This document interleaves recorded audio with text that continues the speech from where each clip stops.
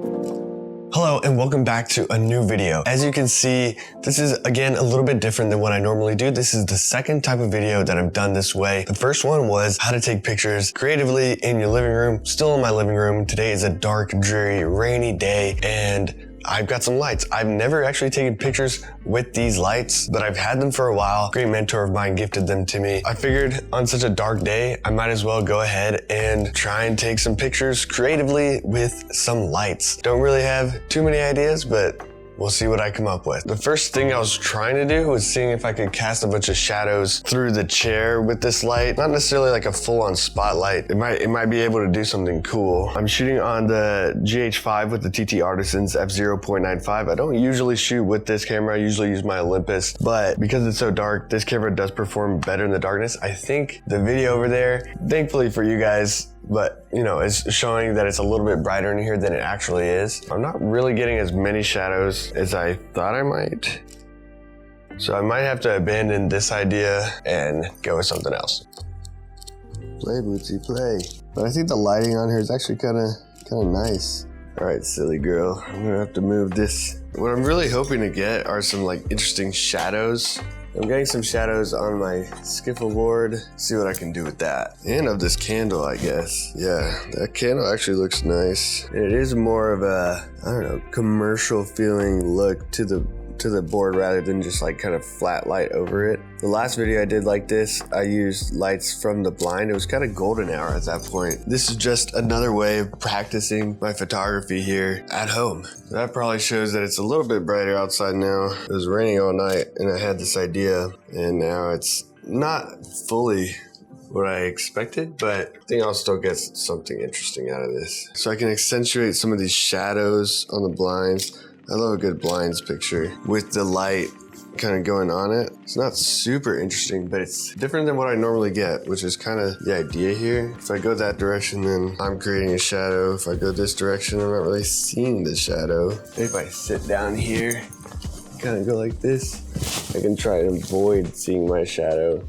I'm not really seeing much. Actually, my shadow in this image kind of seems like a little blob. Not bad. Lots of blind pictures. I tend to get those. What more can I do to challenge myself? If you watched some of my other videos, you will have seen that I've been doing some lens reviews. I had some cool little shots of the lenses, and this is kind of how I did it. Got out my macro lens, which I think is an interesting looking lens, especially when it's all the way elongated. This is a Vivitar something or other. This 50 might be a little bit too close up, but it's all about adjusting. I'm not used to using something that's not natural light, and I don't know, to me it sort of feels like cheating just for like the style of work that I normally do.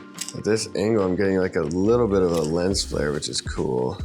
So like maybe if I open it kind of more towards my lens, yeah, I'm getting a lot more lens flare now. Maybe I'll just show this off, but do I focus on the front of the lens or the glass of the lens? Maybe I'll do both. All right, I've kind of thrown the light in my bedroom and shined through this pantry. I like the kind of the shadow it's casting. Gonna get through here. There's just blankets and stuff. I do look when I'm out to shoot through things and have these really nice out of focus foreground objects. So I don't know, that's kind of cool for that purpose, but for nothing else.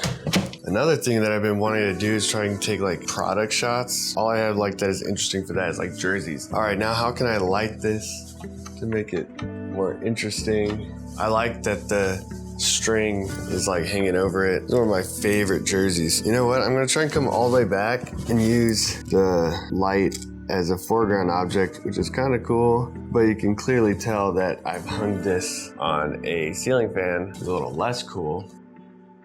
We get like a close-up detail of like the badge maybe. If I shoot towards the light, I get some cool lens flares. Can a little bit. But I think the light is from outside is a little too strong to really get what I'm going for. Maybe I really should have shot this at night, but I mean, I got plans tonight. We got my name and number on this jersey, which I don't know, guys. I used to think this was cool when I was younger, but now I think it's kind of corny. I don't freaking play for the team, no? And you know, I never will. Okay, I feel like I exhausted the ideas I could do with this light right now, but the darkest place in my apartment is my kitchen because the windows are pretty far over there. So I'm gonna make lunch and take pictures while I do so. I know I'm gonna have to empty my dishwasher, so that could be a cool shot if I get the light over here with like some shadow coming over. Everybody's favorite thing.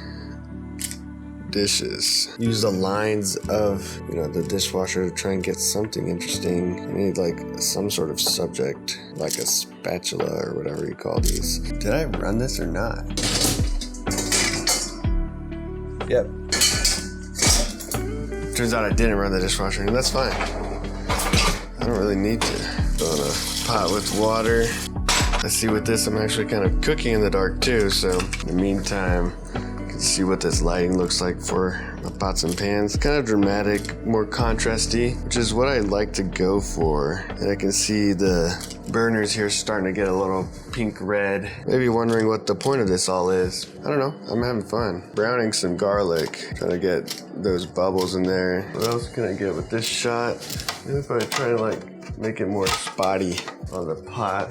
Just making it dimmer, not really spotty. You can tell that I've used this pot a lot. Now, I'm not about to have a beer in the middle of the day, but I've got these nice Corks Bar glasses, thanks to my wife for my birthday a couple years ago. So I can maybe take a cool picture of that with the light coming through it. If you don't know what Corks Bar is, you should watch Deep Space Nine. It's hands down the best show ever made in any category at any point in time. So today's video is all about, will a watch pot actually start boiling? It's looking like it will. I guess a watch pot does take longer to boil than you'd think. Here we go. We're starting to get some steam coming out. Let's get the pasta in there. Make sure to mix your pasta or else it'll stick together. This lighting is a lot more dramatic, which is good, but there's no light into the sauce, and that's kind of what I want to get a picture of. I gotta raise it back up. Should have been obvious, I guess, but as it should be clear, it's pretty much my first time doing something like this. The sauce is singing. I'm sure you can hear that.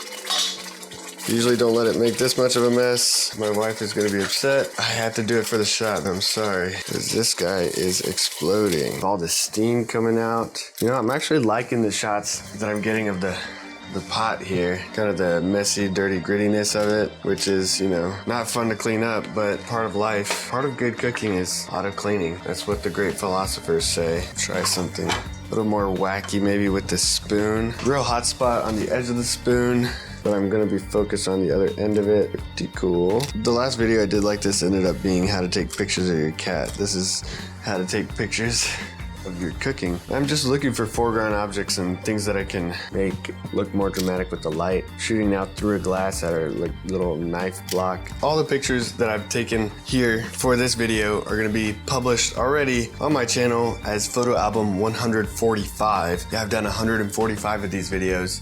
Not of these videos, but of photo album videos. That's what I normally post. If you want to see all the pictures I took, go ahead and check out that video. And if you want to see my wide range of work, they're all in my photo albums. But if you want to see gear reviews and things like that, I post every Monday or talking head videos like this. I hope you enjoyed it. I hope I was able to show a variety of uses for using a light for photography, but also you can see that this is my first time doing something like this. And so I'm just trying to figure out moving around a few times, trying a couple of different things, trying out different angles. And I actually think throughout this process, I kind of figured a few things out a little bit more and got some more ideas of how I can use this to better effect in the future. That's what I'm a big proponent of. Practice, practice, practice. I'm a soccer coach, so I gotta say it, but no, practice, practice, practice. Anything that you want to be good at in life, you're not gonna be good at unless you keep trying to do it. I know that the more I do this, the more these shots are gonna become less good compared to what I'm able to actually get. Anyway, if you enjoyed this video, subscribe to the channel for more. I've been Tony King. Buon appetito.